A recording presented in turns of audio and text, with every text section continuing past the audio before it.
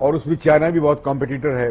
لیکن چائنا کا ساؤتھ چین کے حوالے سے سی کے حوالے سے جھگڑا ہے باقی ملکوں سے یا جو اس کے دعوے ہیں, اس پر بھارت نے پوزیشن لی ہے امریکہ کے ساتھ اور ساؤتھ ایشیا ایسٹ ایشیا کے ملکوں کے ساتھ.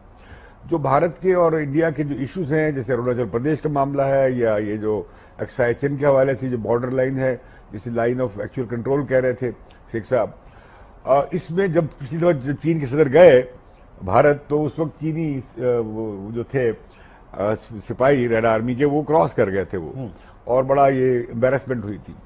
یہ جو دورہ ہوا ہے اس میں بہت سمبلزم بہت تھا ایک لمبے عرصے کے بعد. مطلب اتنا بڑا استقبال کسی ہندوستانی لیڈر کا پچھلے 30-40 سال میں, جب چین ہند بھائی بھائی ہوتے تھے. ایک زمانہ تھا یہ جو پنچ شیلا اور یہ آپ کہہ رہے ہیں ہند چینی بھائی بھائی, 62 کی لڑائی کے بعد یہ پہلا موقع ہے کہ اتنا بڑا استقبال اور پرجوش استقبال ہوا ہے. اور یہ ویسے ہی ہے جیسے گجرات میں مودی نے کرنے کی کوشش کی. ایک بات کچھ ہمیں یہاں جاننی چاہیے پاکستانی ناظرین کو, کہ مودی جو ہے جب گجرات کے چیف منسٹر تھے تو وہ بڑی کوشش کر رہے تھے ہندوستان کے کارپوریٹ سیکٹر کا اور چین کے کارپوریٹ سیکٹر میں تعلق بنے. چین کا کارپوریٹ سیکٹر بھی ہندوستان کی مارکیٹ میں بہت انٹرسٹڈ ہے.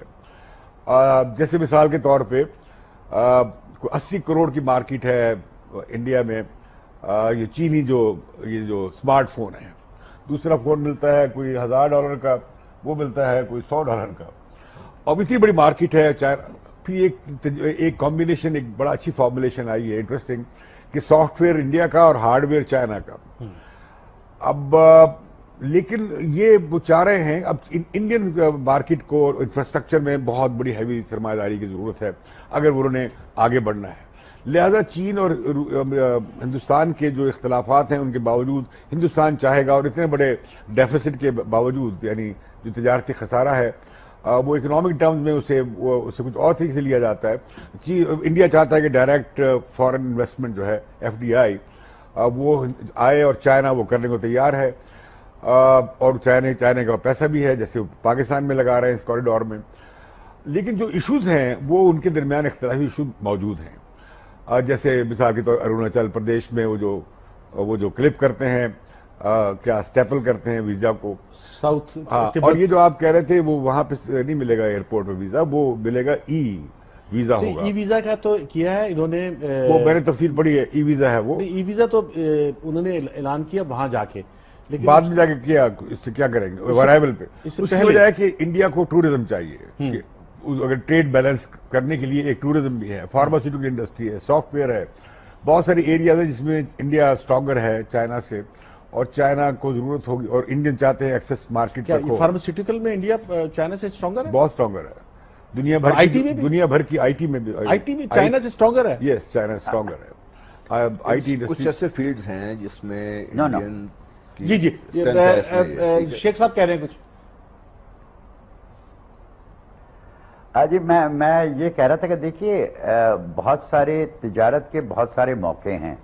ہندوستان کو یہ محسوس ہوتا ہے کہ اگر چائنا اپنا مارکیٹ کھولے تو ہندوستان کے فارماسیوٹیکل جو ہیں ان کے لیے چین میں بہت بڑا مارکیٹ ہے. ان کا یہ بھی کہنا ہے, اور یہ کہنا اس وجہ سے ہے کیونکہ چین نے اس کا 10 سال پہلے جب پرائم منسٹر رونگلی تھے تو انہوں نے کہا تھا کہ صاحب آپ کی جو کمپیوٹر ایکسپرٹیز ہے, آئی ٹی ایکسپرٹیز ہے, اس سے ہم